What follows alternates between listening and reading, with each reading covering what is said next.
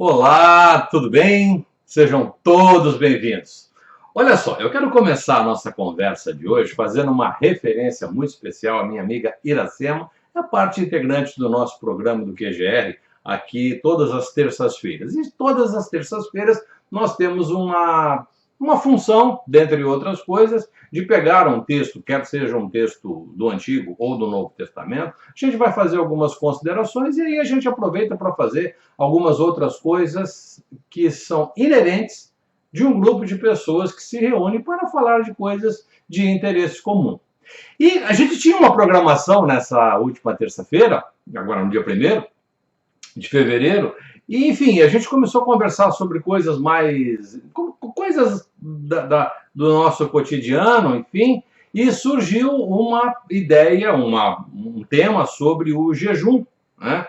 E jejum é uma coisa que eu sempre recomendo, tanto para você que está sempre junto comigo aqui, para os meus alunos nos cursos, principalmente no curso de autodefesa psíquica e proteção espiritual, eu falo isso de forma enfática, tá? Então, o que tem por trás desta história? Por volta do ano 750, 760 a.C., surge no panorama histórico Isaías. Isaías os seus escritos se transformaram em textos do Antigo Testamento, textos proféticos. E eu recomendo que, se você tiver um pouquinho de curiosidade para saber quem é esse autor, pega uma Bíblia aí, qualquer uma delas aí, vai servir, provavelmente você deva ter uma em casa, pode ser que sim, pode ser que não, mas de todo modo você não precisa ter. Vai dar um pulo na internet, você clica lá, Antigo Testamento, Isaías e tudo mais, e começa a ler o que esse cara escreveu. Gente, esse cara era um baita do intelectual. O texto dele é um texto de altíssima complexidade e de um profundo conhecimento. Um dos conhecimentos básicos na comunicação do profeta Isaías, já naquela época ele tinha uma linguagem neurocientífica. O que significa isso? Que ele já conhecia a linguagem funcional do cérebro. A linguagem funcional do cérebro para uma pessoa enfim, para uma pessoa que não tem nenhum tipo de informação, seja uma pessoa mais restrita na sua capacidade de análise, ela não tem absolutamente nenhum tipo de... chega nem a pensar sobre isso. Entretanto, quando você começa a avaliar a atividade do cérebro dentro de um âmbito mais complexo da neurociência, em particular, né, a neurociência, a ciência neurológica, a ciência dos nervos, a ciência do cérebro, é uma coisa altamente complexa. O processo, as atividades do cérebro se baseiam basicamente em atividades elétricas. Tá? E a atividade elétrica do cérebro produz em nós alguns tipos de sacadas, de insights, de alguns sintomas, inclusive o sintoma da iluminação. Tá, Flávio? Como assim iluminação? Iluminação. Tem determinadas atividades no nosso cérebro que, quando você varia o nível de tensão do seu cérebro, o nível de atividade elétrica do seu cérebro, ele produz uma radiação, ele produz um campo eletromagnético, e esse campo eletromagnético se parece muito com o estado de iluminação. Então, tudo que eu estou contando para você aqui agora foi escrito há 2.750 anos atrás, que é o capítulo 58 do livro de Isaías, que tem a ver com o jejum. O que ele propôs para as pessoas que perguntavam para ele? Pô, Isaías, como é que é esse negócio de jejum? Então, se você quiser ter uma iluminação, se você quiser ter uma sacada, se você quiser ter um insight, quiser, sabe, ir para o outro nível, eu estou traduzindo o que está no capítulo 58. Capítulo 58 tem, eu acho que 20 ou 20 e poucos versículos. Leia. Só esse capítulo. Vale a pena. É muito sacado isso. Então, ele pegou e começou a falar para as pessoas como é que tinha que ser esse processo de iluminação especificamente através do jejum. Eu posso alcançar o processo de eliminação através da meditação e oração? Sem dúvida, claro que posso. Eu posso utilizar o jejum associado à meditação e oração? Evidente que sim. Porque ele dizia o seguinte: se você vai fazer um jejum na esperança de agradar ao Pai, ou como se você fosse fazer um agrado a quem quer que seja, não, agora eu vou fazer jejum e a partir do momento que eu faço jejum, eu já só o ato de restrição alimentar já agrada ao Pai. Não, não é assim que funciona. Você está completamente enganado. Tá? E ele dá as tintas ali muito bem marcado. Você se propõe a fazer um jejum. Seja, eu vou te falar algumas dicas daqui a pouco. Se você se propõe a fazer um jejum, ou seja, você vai ter uma restrição alimentar e por conseguinte, uma restrição nutricional. Você vai eventualmente hidratar o seu corpo. O que é que vai acontecer nesse momento? Algumas funções metabólicas começam a se modificar, com o objetivo básico, despencar a insulina. Não é a glicose. Glicose você já comeu, ou comia. A partir do momento que você deixa de ingerir determinados alimentos, uma das coisas que cai drasticamente, claro, são os seus níveis de glicose por ingestão. O que acontece quando você ingere glicose? Ou açúcar de um modo geral? Quando é que você ingere açúcar? Quando come pizza, lasanha, torta, brigadeiro, leite condensado, refrigerante, suco. Nessa você está comendo açúcar. O seu pâncreas produz uma substância chamada de um hormônio, né? Chamada de insulina, que vai entrar na sua célula, vai quebrar a molécula de açúcar e vai produzir energia. Isso acontece todo dia. Só que tem um detalhe. Essa produção de energia é para fazer o seu corpo funcionar. O que você precisa para fazer o seu cérebro funcionar? Além de o seu cérebro precisa prioritariamente de oxigênio. O oxigênio precisa permear pelas suas células neurais com bastante facilidade. E você precisa fazer com que os seus vasos sanguíneos comecem a produzir uma certa dilatação. A dilatação não é por pressão arterial.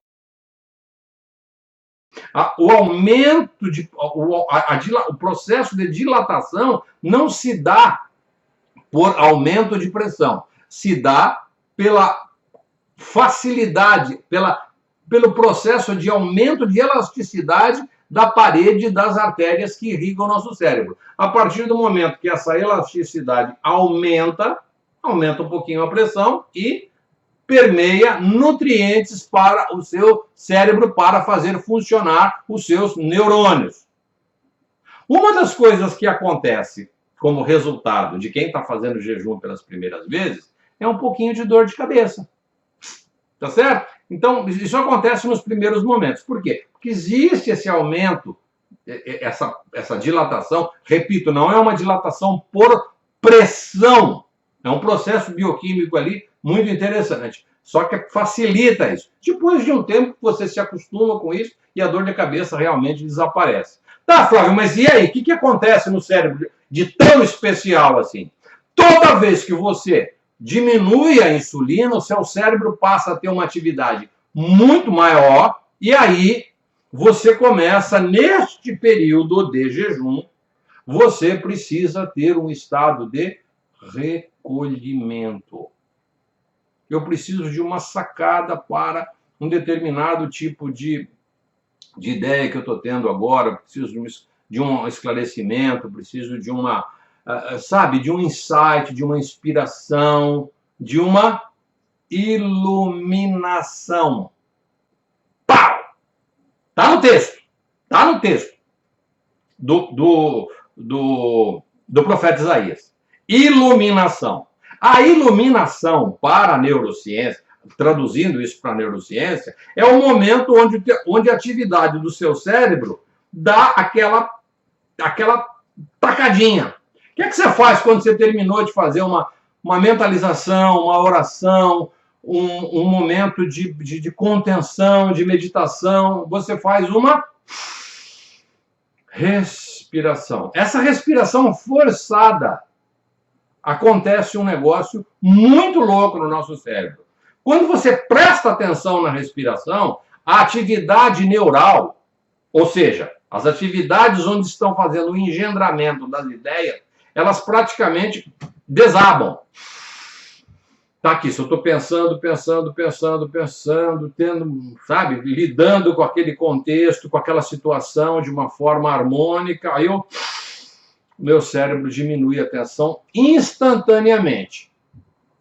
Eu vou dar um nome disso, aqui agora, mas você não leva em consideração. O seu cérebro produz um transiente elétrico. Ele dá uma faísca. E essa faísca amplia o teu estado mental de uma tal forma, é como se o teu cérebro se transformasse numa estação de rádio. É como se o seu cérebro se irradiasse a sua mente, fosse para além do teu campo, do ambiente onde você vive, tal qual uma emissora de rádio. Quem sabe essa onda produzida pelo seu cérebro pode chegar à mente e ao coração de alguém que esteja sintonizado no seu mesmo, com seus mesmos propósitos. Puxa vida, de repente você, sabe, encontra com alguém, tem uma sacada, de repente essa mesma pessoa tem. Então as possibilidades são infinitas. Agora, o que é que você não pode fazer enquanto você está jejuando? Porque enquanto você está jejuando, o teu cérebro está funcionando a 1000. Você está estourando de atividade neural.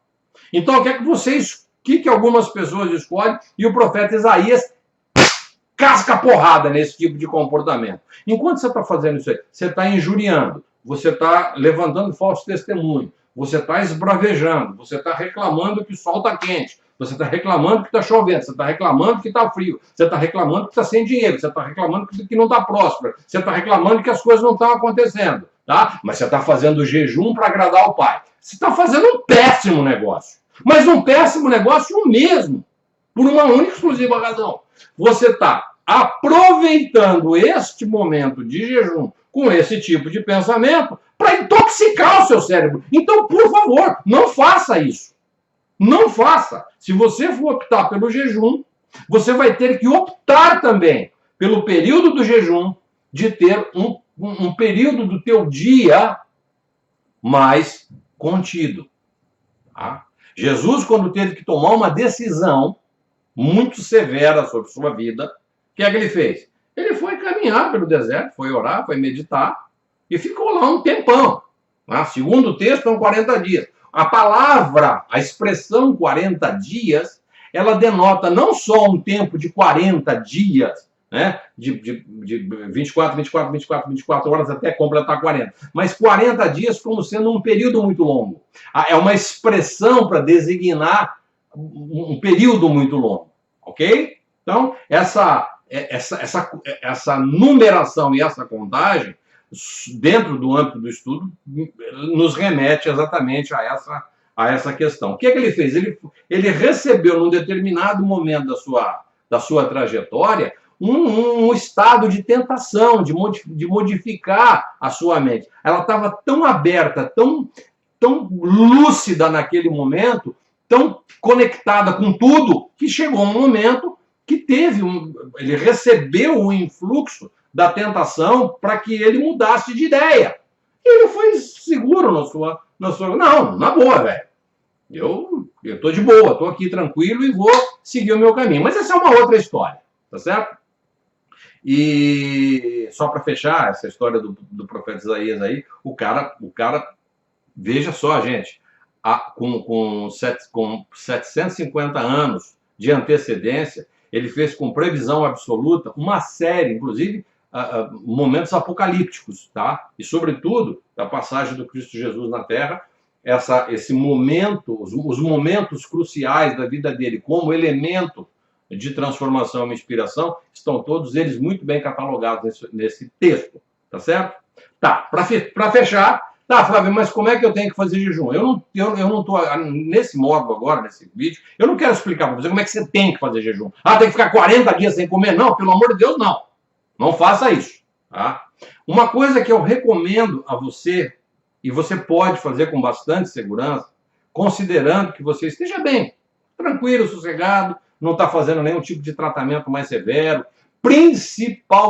principalmente tratamento oncológico, muito embora o jejum seja fundamental para o tratamento oncológico, o médico oncologista que conhece sobre jejum vai recomendar para o seu paciente sob restritas orientações. E funciona que é uma beleza. Bom, o que é que você pode fazer?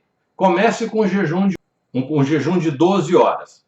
Você ter a sua última refeição foi às 6 horas da tarde, a sua próxima refeição será às 6 horas da manhã do dia seguinte. Ah, Flávio, mas eu fiquei dormindo. Dormindo a gente não come.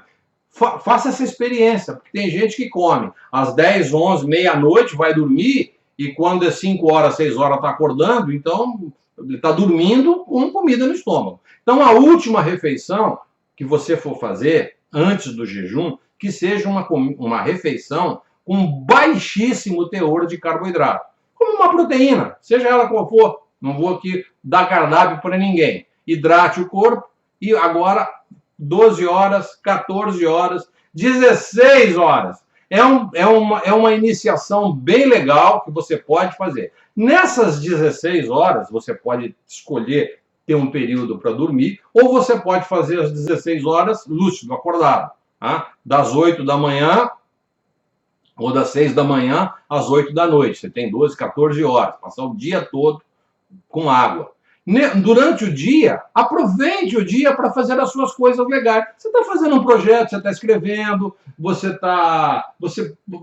vai fazer um passeio, né? Você pode aproveitar esse passeio para observar as coisas boas que a natureza está te proporcionando, pode fazer uma avaliação mais acurada sobre a obra de Deus, sobre os códigos divinos, né? Que você consegue observar, uma praia, uma cachoeira, uma mata, enfim, um caminho que você está... Uma reunião que você possa fazer com pessoas com as quais você gosta, e assim por diante.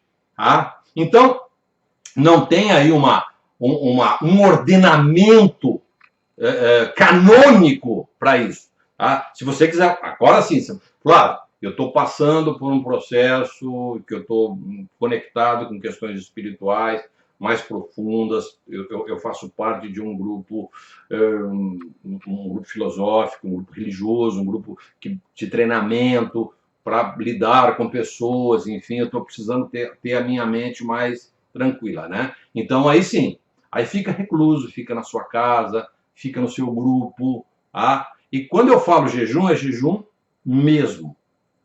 Mas eu posso tomar um copinho de refrigerante? Não, não pode. Eu posso fumar? Não, não pode. Bom, fumar não pode de jeito nenhum. Eu posso comer se me der dor de cabeça. Bom, se te der dor de cabeça, aguenta na marimba. Posso fazer o quê? Uma colherinha de mel. Na melhor das hipóteses, para dar uma quebradinha ali. Depois você vai ver que no terceiro, quarto, quinto jejum que você estiver fazendo, isso desaparece naturalmente. O teu corpo e o teu cérebro se habituam a isso de uma tal forma que você fica campeão no negócio. Ah, Flávio, eu posso evoluir para estágios mais avançados? Sim, claro que pode. Eu só recomendo, enfaticamente, por favor, não saia que nem um louco. Ah, o Flávio falou que pode, se pode, porque pode. Não, quando eu me refiro pode, é o pode com a restrição de que você vá fazer essa evolução dentro de parâmetros que estejam adaptados à sua realidade. Tá? O que eu posso finalizar para você é que jejum traz muita saúde. A restrição alimentar leva você a um estado de bem-aventurança. Tá? Uma das coisas que eu falo, principalmente para o meu cliente aqui, quando eu vou lidar com criança, eu falo sempre o seguinte: por favor, mamãe, por favor, deixe o seu filho dormir com fome. Ah, mas ele toma mamadeira às 10 da noite. Isso é um perigo. Isso é um perigo. As mamadeiras à noite são a fonte primária para produzir a diabetes infantil. Alimente bem o seu filho. Alimente-o bem. Tá? O que vai acontecer? No final do dia, restrinja mais a alimentação a uma coisa com baixíssimo teor de carboidrato e deixe que o seu organismo crie as condições de sobrevivência. Você baixou a insulina, o cérebro entende que ele está sem comer, e se ele está sem comer, ele pode morrer se ficar sem comer, não é isso? Então ele começa a treinar o corpo para a sobrevivência. Então você imagina uma criança com 2 anos, 3 anos de idade, começa a crescer, já com o seu cérebro treinado para sobrevivência, ele naturalmente é uma criança altamente corajosa, é uma criança sacada. Mamãe, isso é uma dica 10. Deixe os seus filhos dormirem com fome. Ai, mas eu tenho que dar mamadeira, ele está chorando. Vai controlando, vai controlando, vai controlando. Você não educa e ele não segue a sua educação, ele não segue a sua orientação. Mamadeira é a mesma coisa. Tá? Então tá dado o recado, eu espero que você tenha gostado. Divulgue essa mensagem para aquelas pessoas que estão ligadas nesse conteúdo, tá bom? Super abraço para você, deixa o seu like, se inscreva no nosso canal e o que eu posso desejar para você? Paz, alegria, felicidade. Nos vemos no próximo vídeo. Tchau, tchau!